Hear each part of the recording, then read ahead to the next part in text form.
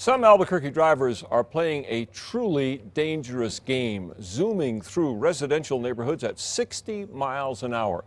People who live along the lead coal corridors, the busy corridors there, have complained for years that speeders use those one-way streets that run through the heart of the city as racetracks.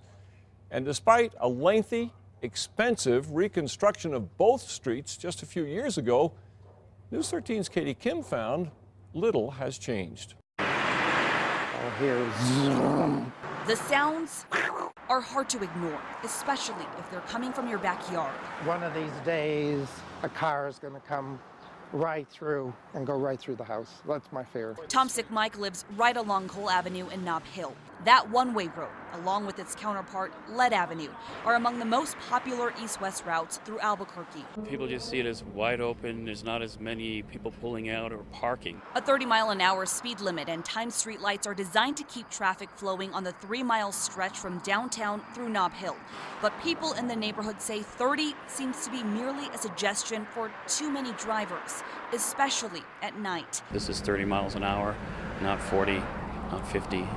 Not 60. Tim Waters is with the Nob Hill Neighborhood Association. Speeders have been a persistent problem for years throughout the corridor.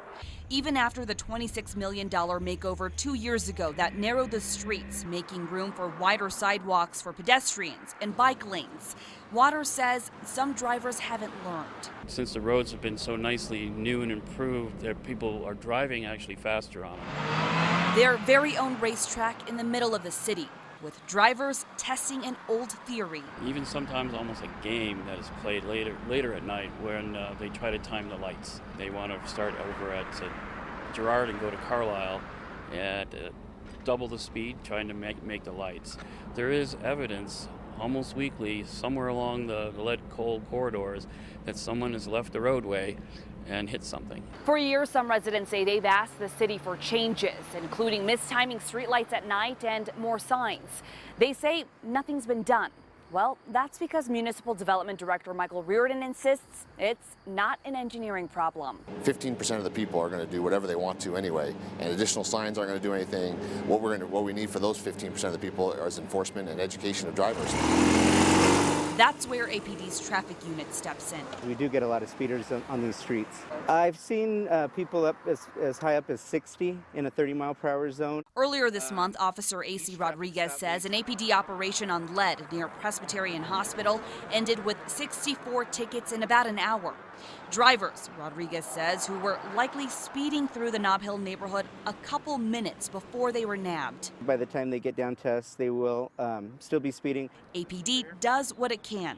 Thank you, sir. But as the size of the department has shrunk dramatically, the APD traffic unit has been cut by nearly half. That means fewer officers are on the streets these days, including lead and coal. And citywide, APD is writing a lot fewer tickets than in years past. Whatever the fix is, a lot of people are tired of their neighborhoods being used as a highway. People live within about 15 feet of lead or coal. I mean, that's where their bedrooms are, that's where their living rooms are. And this high rate of speed is kind of dangerous. They're worried about it. Katie Kim, KRQE News 13. When the city was drawing up the plans for the lead coal makeover, many of the people who live along those streets asked that they be turned into two ways to slow traffic down, but the city refused.